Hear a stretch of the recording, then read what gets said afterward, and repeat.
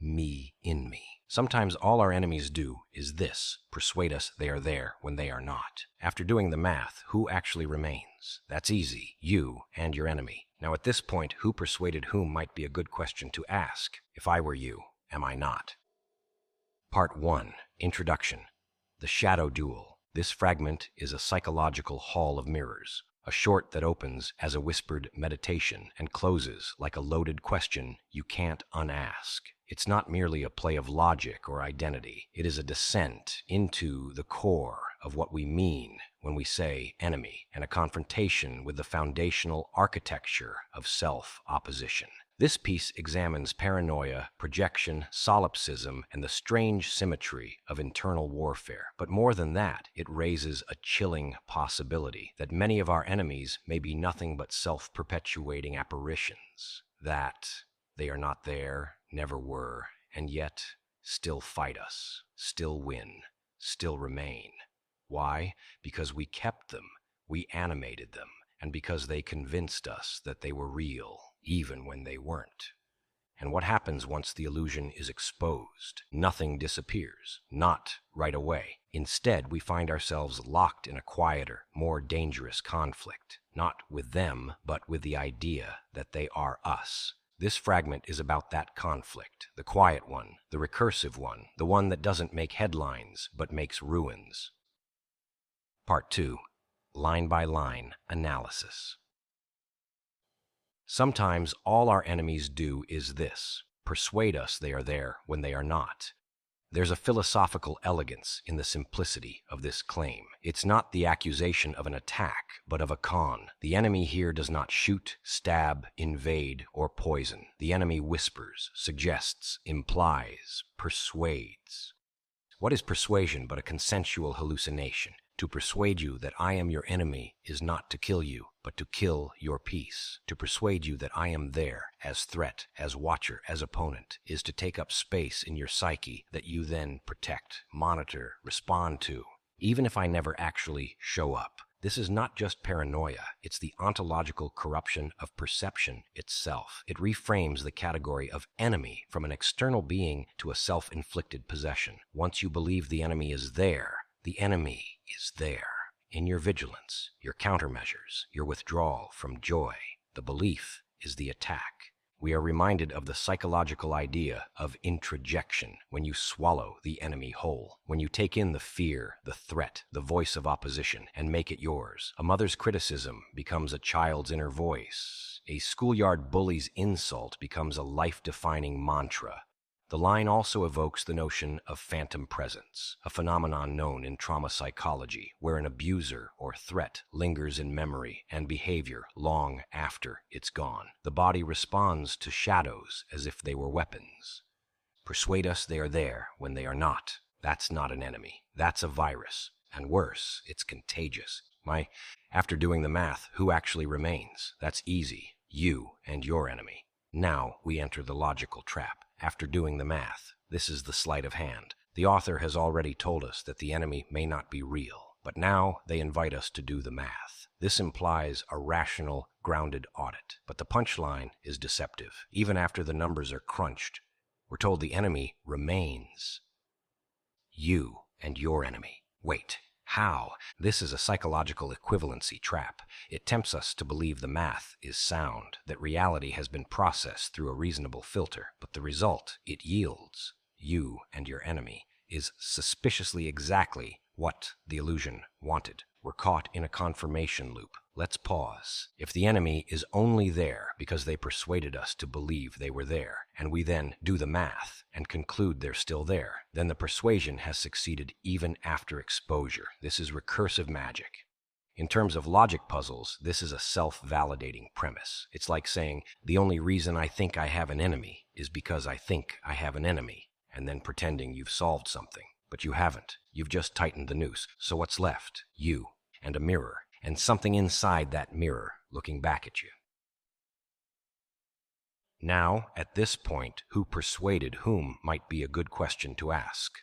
This is where the fragment turns. It opens a crack in the wall, a final doubt in the system, a gasp of reversal. Who persuaded whom? What if the enemy didn't persuade you? What if you persuaded them? What if the whole apparatus of opposition is your own doing? This question is like a grenade with the pin pulled. It opens up to the question of origin. Where did the idea of the enemy come from? The question of agency. Who animated the illusion? The question of responsibility. If you fed the ghost, is it still a ghost? In psychoanalysis, this line touches the core of the double bind, the condition where two mutually contradictory beliefs are held at once and no escape seems possible. You believe you have an enemy. You also believe the enemy may not be real. You also believe you cannot stop believing you have an enemy. Who set the trap? Maybe it wasn't them. Maybe it was you. Maybe, worse, it was you persuading yourself under the guise of defending against them. Maybe you needed an enemy, and you built one out of your own fear, out of your own reflection. If I were you. This sentence on its own is both colloquial and chilling. If I were you is usually a preface to advice. If I were you, I'd quit that job. If I were you, I'd get out of here. But here it hangs. No action, no suggestion, just the conditional. It poses a subtle challenge to the ego structure, because who is speaking? Who is this I that is not you, but almost you? Who is this internal speaker that imagines themselves as you, but isn't? We enter the realm of internal dialogues, the scripts that run in our heads that mimic our voice, our logic, our fears. It's the mind running simulations of itself, speaking from imagined alternate versions of you. Inner advisors, judges, specters. But this one is different. This one does not advise. It asks, am I not? This final line delivers the coup de grace, a question pretending to be innocent. But it's not. It is the reabsorption of the enemy into the self. Am I not? This echoes the biblical I am that I am, but inverted. Instead of affirming being, it questions it. Instead of asserting divinity, it collapses identity. The final speaker asks, not if they are you, but if they are not. The question is not, am I your enemy? It is, am I not you? And that is the most terrifying possibility of all. That the enemy you see, fear, resist, and strategize against is you, is part of you, was always you. And the act of resisting them is the act of resisting yourself. This final question offers no answer, because the answer is already known. The real question is, can you live with that answer? Harpsh. Part 3. Philosophical and Psychological Dimensions. 1.